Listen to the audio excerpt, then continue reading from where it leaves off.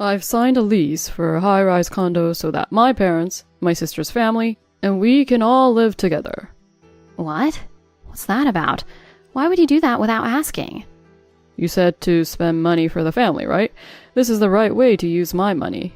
Oh, and if you have any complaints, we can just get a divorce. Haha.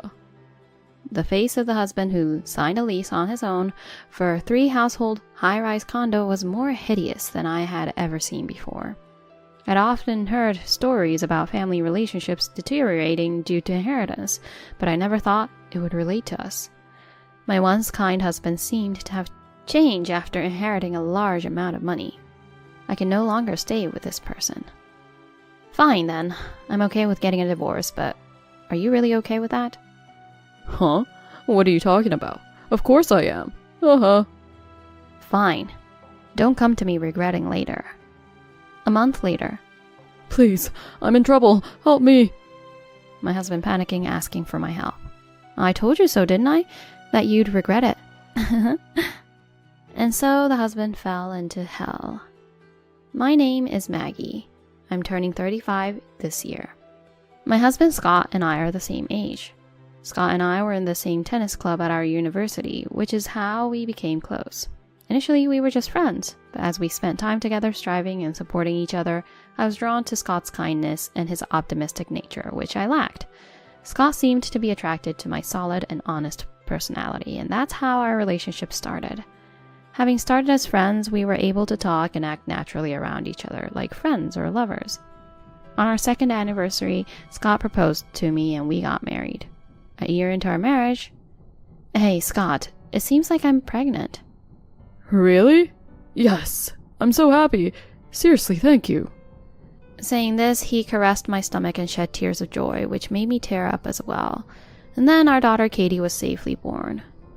2 years after that, our son was born. We named him Ryan. Both kids grew up healthy, with Katie now 11 and Ryan 9. Our lives, which had been ordinary but peaceful, changed drastically after my father passed away, shortly after the month-long mourning period after his death. My mother had died 2 years prior, and my father, who loved her dearly, had been depressed with her loss. Then last year, I received a sudden call from the hospital saying my father had collapsed. Dad, are you okay? What happened? Oh, I'm sorry, Maggie. It turns out I have cancer. I've been given about a year to live. What? Cancer? No way. I was shocked and couldn't process the sudden news from my father. I couldn't come to terms with it myself and hadn't been able to talk about it. I've actually known for quite a while now. I'm sorry to shock you, Maggie, but there's nothing that can be done about it now. Dad. I didn't know what to say and just broke down in tears. Then just the two of us talked about my mother and recalled trips we took as a family. Crying and laughing, we had many conversations. It had been a while since my father and I had such an in-depth talk. After that, I took a year off work. It's a tough time for both your dad and you, Maggie. Why don't you take a leave of absence from work? It'll allow you to spend more time with your dad. But what about the living expenses and the kids? Don't worry, I'll work more than ever and the kids are strong. They'll be fine. Thanks to his encouragement, I was able to take the leave. My husband and kids would visit my father on weekends. He seemed genuinely happy talking with his son-in-law and grandchildren.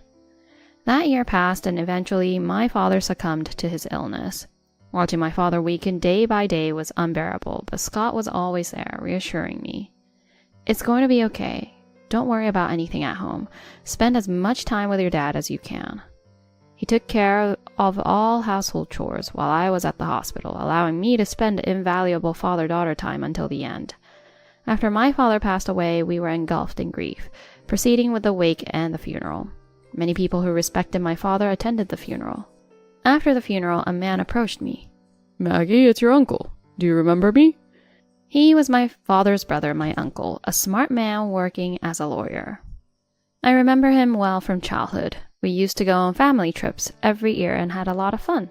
He was very close to my father. Of course I remember. It's been a long time. I'm so sorry for the loss. Your father asked me to discuss something important with you, but it's hard to talk about it here with so many people around. Let's move somewhere quieter. Something he asked you to discuss? Curious, I followed him to a private room to hear what he had to say. Maggie, your father left behind an inheritance for you. There's a will stating that everything is to be passed on to you. Apparently, my uncle had been entrusted with my father's will. My father must have thought that entrusting his lawyer brother was the best option. Inheritance? My father did that? Yes, in fact, the inheritance amounts to $2 million. $2 million? The sheer amount made me raise my voice in surprise. Shh! Don't let others hear about this. You never know who might harbor resentment towards you. Money can drive people mad, in both good and bad ways. Oh, I'm sorry. But why did my father have so much money? Didn't you know? Your father was quite knowledgeable about real estate investment, mutual funds, and other investments. He studied a lot and accumulated his wealth. Indeed, my father always urged me to study investment, and I had started investing as he suggested. I was surprised to learn how much it had grown. My father always said studying investment was important, but I never imagined he had amassed such a fortune. I'm really shocked. It's understandable. And remember, only share the details of the inheritance with people you truly trust. Money can change people, remember that. Only tell those you truly trust. As a lawyer, my uncle had seen many cases where sudden wealth led people crazy. He emphasized this point to me. After the funeral and the month-long mourning period, I decided to tell my husband about the inheritance from my father. I had heard stories about inheritances ruining family relationships, but I never thought it would apply to us. I trusted my husband more than anyone, so I decided to share with him. Little did I know what would unfold. About the inheritance I received from my dad, it's actually about $2 million. $2 million? My husband had the exact same reaction as me. He was speechless with surprise. And that makes sense. It's a significant amount of money after all. Yeah, it was quite a shock. I see. It's definitely surprising, but it's money left by your father, so we have to use it wisely. Right. Oh, and don't tell anyone, okay? I told you because I trust you, Scott. Of course. There's no way I could talk about this to anybody. Right. But what should we use it for? I felt a bit conflicted seeing my husband so happy about it. But my dad just passed away, so I can't really think about spending it right away. Yeah, you're right. My bad. My husband seemed a bit awkward and apologetic as he said that.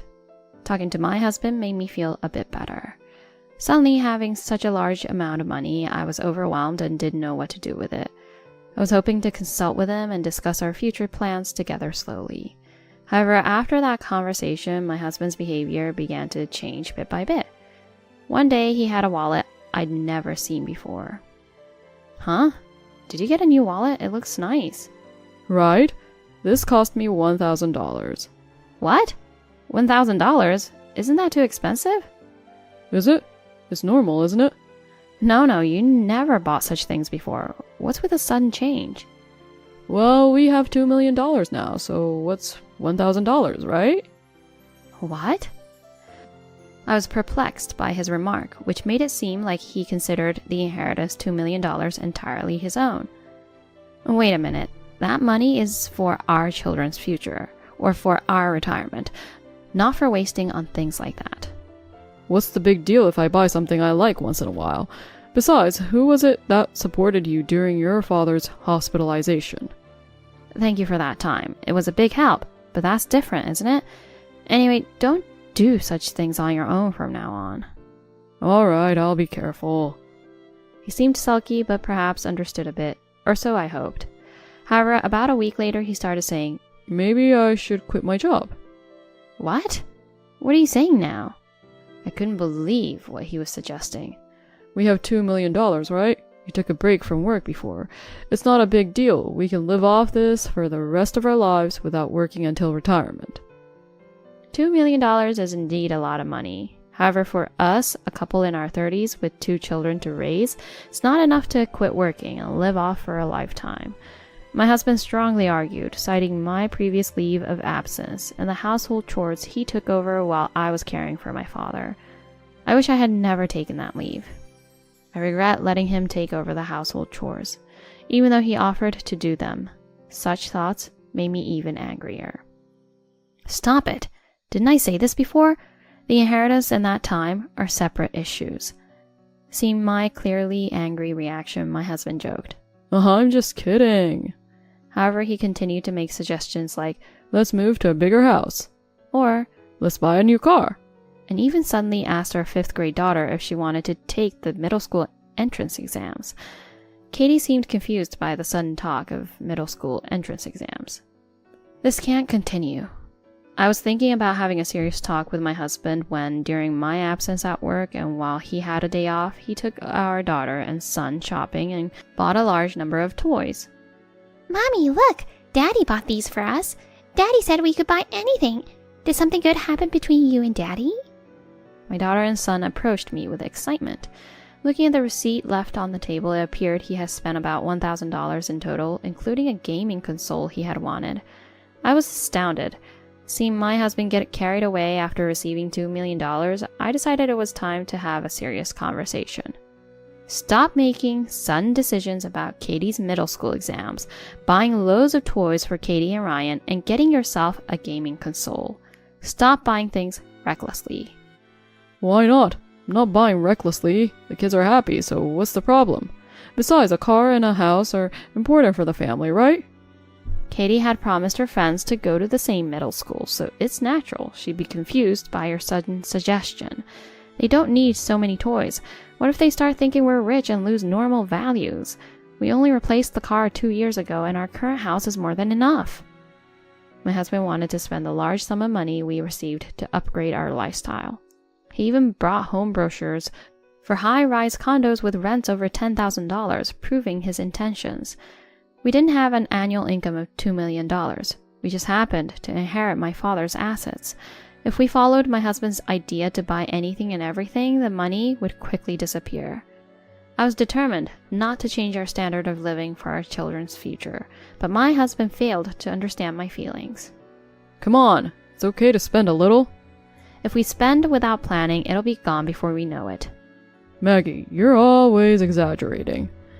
I was utterly frustrated by my husband's carefree attitude. Although I had always found his optimistic outlook attractive, this time I was at my wit's end because we couldn't communicate. Just stop doing things on your own. So what are we supposed to do with the $2 million? Just save it forever? That's a waste. I'm not saying we shouldn't use it, but it's important money left by my father, and I want to use it wisely. I insisted that we use the money for our family and agreed to consult each other before making any decisions. I told my husband I didn't want to think about it anymore for now. He seemed quite dissatisfied. Even after that, he kept asking our daughter and son if they wanted anything or needed something, and I had to intervene each time. Even the kids started to feel uneasy about their father's recent behavior. A week later, my husband stopped talking to me, apparently upset that I had blown up at him for discussing money matters in front of the children.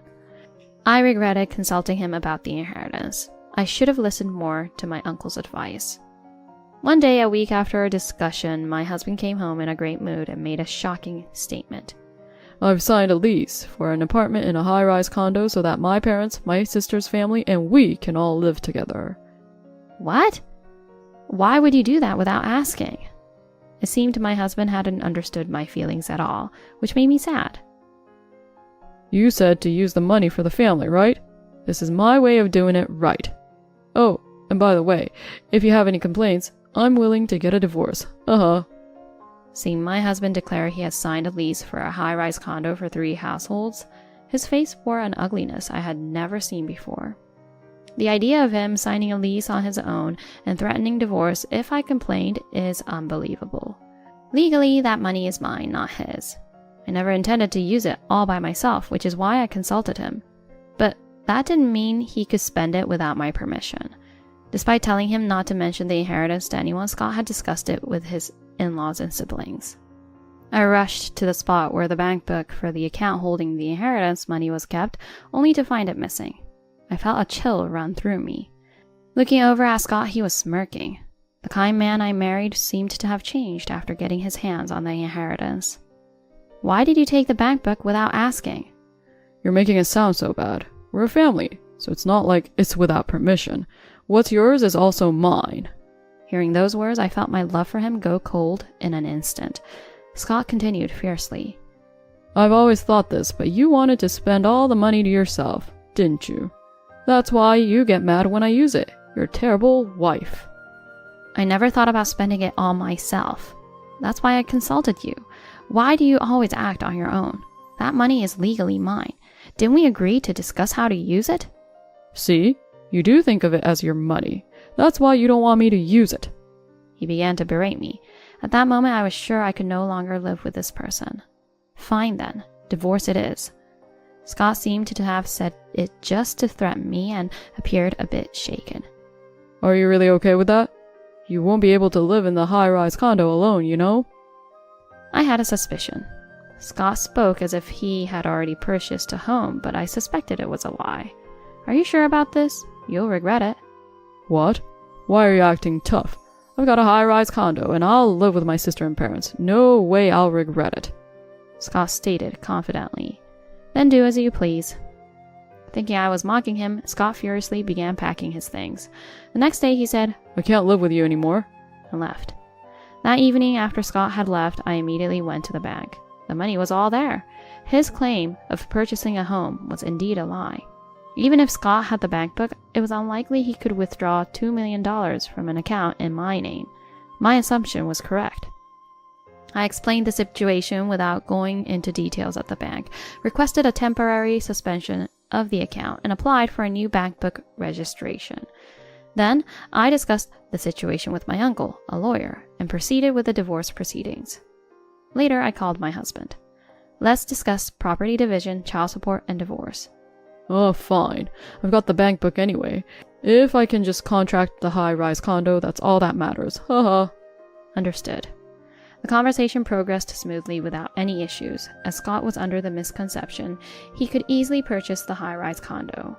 After getting him to fill out the divorce papers, I submitted them, and the divorce was finalized. A month later, Scott called. Wondering if he wanted to confirm the divorce, I answered. Hey, what's the meaning of this? He began desperately. What's with the sudden call? I'm in trouble. Help me. What? Scott was panicking, only repeating his plea for help. Eventually, he began to explain his situation. I was told I can't use the inheritance money because the account had been suspended. They said the bank book is invalid. Why? Well, the bank book that was supposed to be there is gone. I filed a loss report and had it suspended. I can't have someone using it without permission. What? It's causing me trouble. The bank staff are suspicious of me.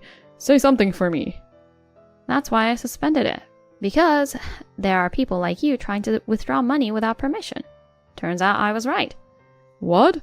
Now my parents have sold their house thinking they could live in a high-rise condo. They've moved into my sister's small apartment temporarily, thinking it's just until we move. Telling them now they can't live there is ridiculous. You are really stupid, aren't you? Did you really think you could use money in my name to buy a high-rise condo without my permission? And your parents sold their house too? That's actually hilarious. This is bad. Do something. Look, I'll even call off the divorce for you. How about it? Call off the divorce? The divorce papers have already been submitted. We're strangers now. Don't be mistaken. But Katie and Ryan would be happy if their dad came back, right? Come on, I was wrong. Katie and Ryan recently said they're scared of how their dad has been acting. They don't like it. Plus, a father who said he didn't want custody as soon as he thought he had money? No thanks. You're lying. What should I do? If this continues, I might get taken by the police. Help me out. Over the phone, I could imagine my ex-husband's disappointment.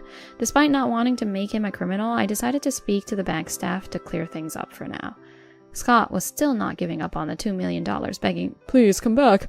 I've reflected on my actions. Please come back and live in the high-rise condo with me.